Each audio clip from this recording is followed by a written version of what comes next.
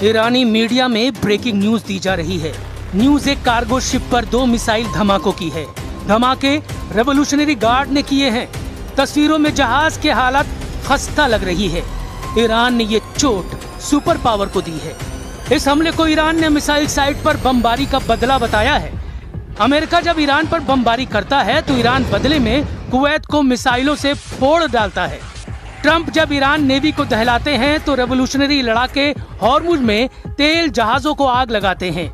लेकिन अब Iran, America, Israel के बारूदी टकराव का एपिसेंटर है लेबनान।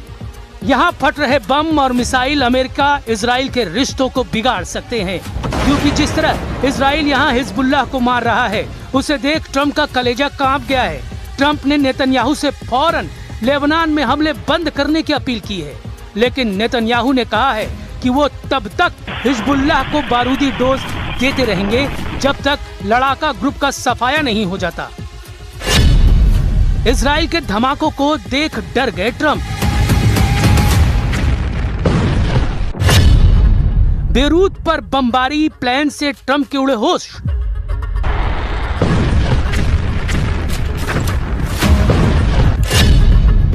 ट्रंप ने कहा, बीबी तुमसे सब नफरत करते हैं।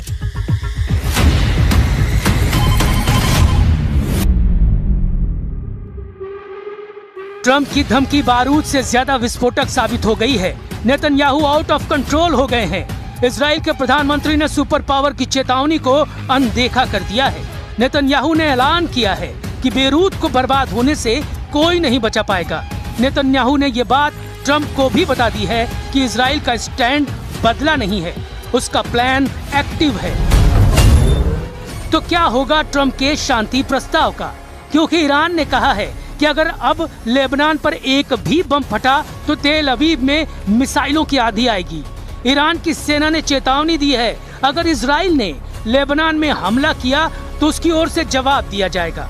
इजरायली आर्मी की ओर से लेबनान में बमबारी और कई इलाके खाली करने की धमकी देने के बाद ईरान ने भी इजरायली इलाकों को खाली करने का मैसेज भेज दिया है। ईरान के खातम अल अंबिया सेंट्रल हेडक्वार्टर से इब्राहिम ज़ुल्फ़ागारी ने नेतन्याहू के नाम पैगाम भेजा है।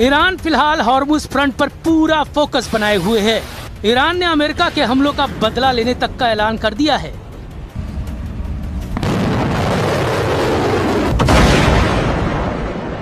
वही तेवर, वही तेजी, वही स्टाइल, धमाके दर धमाके, मिसाइलों के, रॉकेट के, फास्ट बोट का एक्शन, रेवोल्यूशनरी फाइटर्स का दबदबा।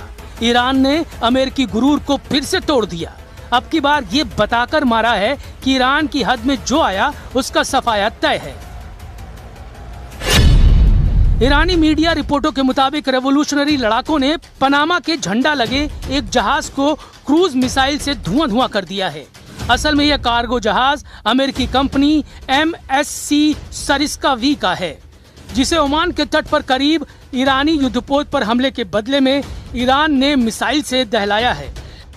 इससे पहले 1 जून को अरब सागर से गुजर रहे एक कार्गो शिप पर मिसाइल से हमला हुआ, जिससे इराक के तट पर एक बड़ा विस्फोट हुआ। ये मिसाइल हमला इराक तट पर कसर से लगभग 40 समुद्री मील साउथ ईस्ट में हुआ था। समुद्री सुरक्षा एजेंसी ने बताया कि टक्कर के बाद एक जोरदार विस्फोट हुआ। यूके MTO ने मिसाइल हमले से प्रभावित जहाज की जानकारी साझा नहीं की है। इधर ईरान ने अमेरिका के साथ सभी तरह के संपर्क रोकने की बात कह दी है। ईरान की सरकारी मीडिया तस्नीम ने बताया कि axis of resistance Hormuz strait के बाद अब लाल सागर के एंट्री गेट पर मौजूद बाब अल मंडेब स्ट्रेट को भी बंद कर सकते हैं।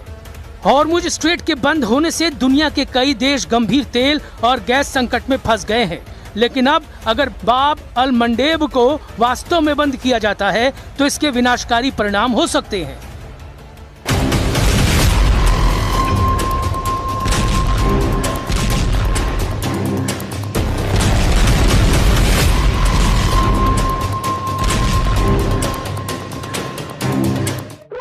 ईरान ने दूसरा ऑयल रूट बंद किया तो हाहाकार मचना तय है, क्योंकि बाब अल मंडेब को गेट ऑफ टीयर्स यानी आंसुओं का द्वार भी कहा जाता है। बाब अल मंडेब एक बेहद संकरा समुद्री रास्ता है जो लाल सागर को अदन की खाड़ी और हिंद महासागर से जोड़ता है। इसके एक तरफ यमन है, दूसरी तरफ अफ्रीका के जिबूती और इरिट्रिया देश है। अपनी सबसे सक्रिय जगह पर यह सिर्फ 26 से 29 किलोमीटर चौड़ा है। फोर्ब्स के मुताबिक दुनिया के कुल समुद्री व्यापार का लगभग 12 से 14% हिस्सा इसी छोटे से रास्ते से होकर गुजरता है। एशिया से यूरोप जाने वाले लगभग सभी कमर्शियल कंटेनर जहाज यहीं से निकलते हैं। खाड़ी देशों से यूरोप और अमेरिका जाने वाले तेल और लिक्विफाइड नेचुरल गैस के टैंकर इसी रास्ते का इस्तेमाल करते हैं। यहाँ से रोजाना लगभग 40 से 50 लाख बैरल कच्चा तेल गुजरता है। इसलिए अगर ईरान वाकई इसे बंद करता है तो ऐसा कर वो पूरी दुनिया को रुला सकता है। हॉर्मुज और बाब अल मंडेब दोनों के बंद होने का मतलब होगा कि दुनिया की कुल तेल और गैस सप्लाई का 25% हिस्सा पूरी तरह से लॉक हो जाएगा। हॉर्मुज स्ट्रेट में ईरान की मंजूरी के बिना घुसना मना है। अब दूसरे तेल गलियारे में बैरियर लगाकर रेवोल्यूशनरी लड़ाके ट्रम्प से बराबरी की डील की मांग कर रहे हैं। ईरान की बारूदी फास्ट बोट पहरेदारी कर रही है। जिस भी जहाज पर शक होता है उसे रेवोल्यूशनरी लड़ाके रॉकेट धमाकों से ब्रेक लगा दे रहे हैं। लेकिन अमेरिका कितनी देर शांत रहेगा? ट्रम्प कब तक युद्ध समझौते का इंतजार करेंगे? क्योंकि लेबनान में ट्रम्प की कही बात सच साबित नहीं हो रही है।